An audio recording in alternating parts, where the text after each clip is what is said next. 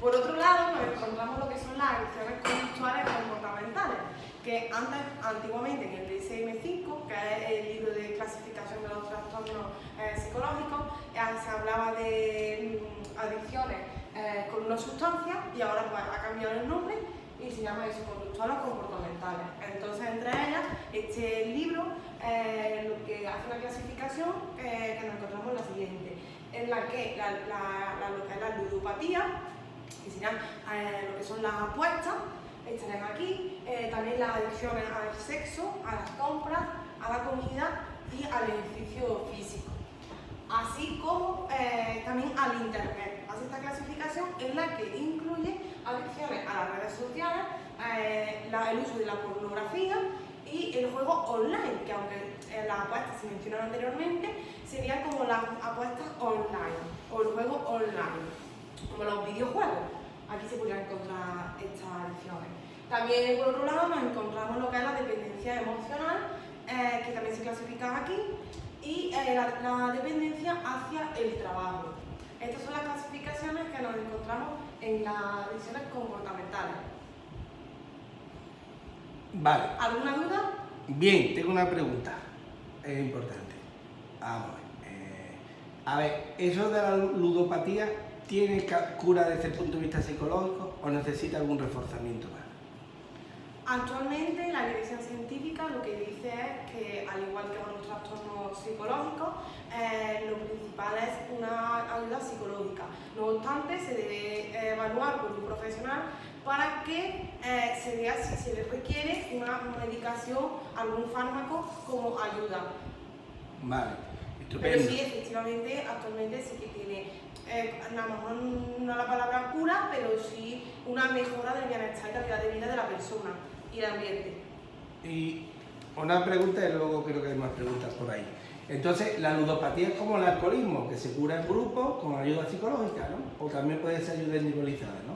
Efectivamente, pueden ser en ambas modalidades, es decir, tanto de forma grupal, con grupos de autoayuda o terapia grupal, y también podemos encontrarlos de forma individual, dependiendo de cada persona y de lo que necesite o de los recursos que pueda disponer. Con independencia de si toma fármaco porque tiene ansiedad, depresión, etcétera, etcétera. Vale. Así es.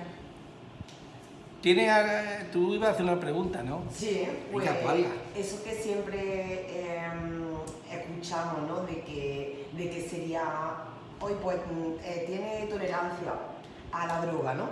Eso, ¿qué sería? ¿Cómo podría aclarármelo? Bien, pues es una de las similitudes que nos encontramos tanto en las adicciones con sustancias como en las conductuales, que es la tolerancia, como bien comenta. ¿Qué existe? Pues es un aumento, como el organismo, nuestro propio cuerpo, pidiéndonos aumentar la conducta adictiva. En este caso, si la sustancia, como tú comentas, sería, por ejemplo, la nicotina, ¿no? Pues el cuerpo nos pide más nicotina.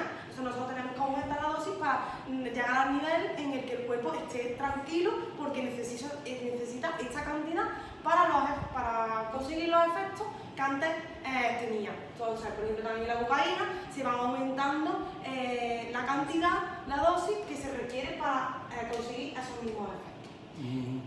Vale. No sé si tenéis alguna duda más. No. ¿O puedo comentar el resto de similitudes también que...? Sí, por Dios, adelante. Bueno, pues en otras similitudes de las adicciones conductuales como la con sustancias nos encontramos la falta de control del impulso, ¿no? De controlar la conducta adictiva, de decir hasta aquí, ¿no? Hoy ya no voy a tomar más o ya no voy a usar más este dispositivo. Entonces, por tanto, se requiere una repetición de esa conducta, repetir eso para conseguir ese efecto. Otra característica que nos encontramos es la dependencia, ¿no? ¿Y qué es eso? Es la necesidad que se requiere de eso para conseguir un bienestar, ya sea tomando esa sustancia en la que pues necesito la nicotina o el alcohol para estar bien, para no tener temblores, para no sentirme mal anímicamente, o por ejemplo a nivel conductual, ¿no? Pues el hecho de necesitar utilizar, por ejemplo, la apuesta para sentir bienestar. Por otro lado, también nos encontramos relacionado con la dependencia lo que es la abstinencia. porque eso es una de las consecuencias que tiene. ¿Qué es esto? Son como unas reacciones físicas y psicológicas ante la falta de eso. Por ejemplo, pensar en la nicotina, el alcohol o de no poder usar el internet.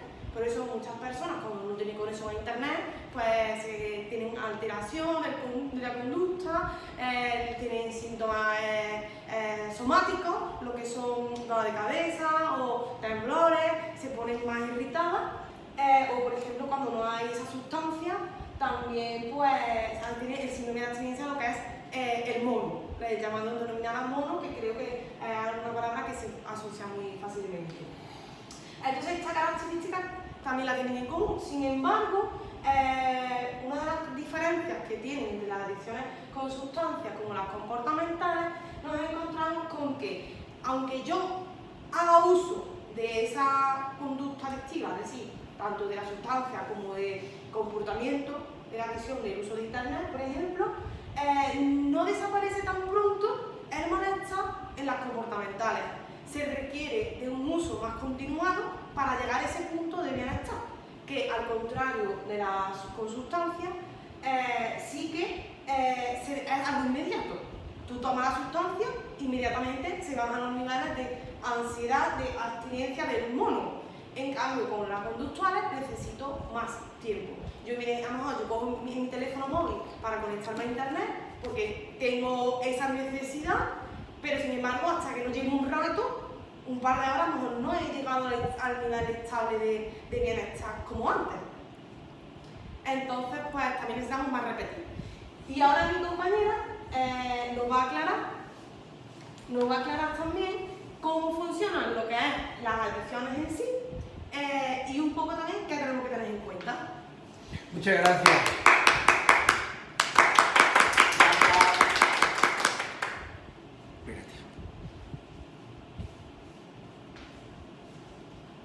Bueno, pues como comentaba mi compañera, lo que es el funcionamiento de la adicción en sí, al inicio de la conducta adictiva, ya sea comportamental o de sustancia, pues se produce una respuesta o una recompensa positiva.